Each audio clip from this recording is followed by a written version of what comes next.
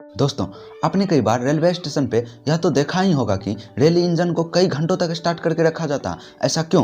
पूरी जानकारी देंगे। वीडियो को लाइक और चैनल को सब्सक्राइब कर लीजिए। दोस्तों, ट्रेन के लोको पायलट को 27 फंक्शन करना होता है। अगर एक बार इंजन बंद कर दे तो लोको पायलट को हर एक फंक्शन चेक करके ही इंजन स्टार्ट करना पड़ेगा। यह रेलवे का नियम है और लोको पायलट को पूरे चेक करने में 20 मिनट लग जाता है। अगर मान लीजिए स्टेशन मास्टर रेलगाड़ी को जाने का सिग्नल दे दिया तो लोको पायलट को फंक्शन चेक करने में ही 20 मिनट लग जाएगा। इससे पीछे की गाड़ियां लेट हो जाएगी, इसलिए स्टेशनों पर अधिकतर इंजन बंद नहीं किया जाता है।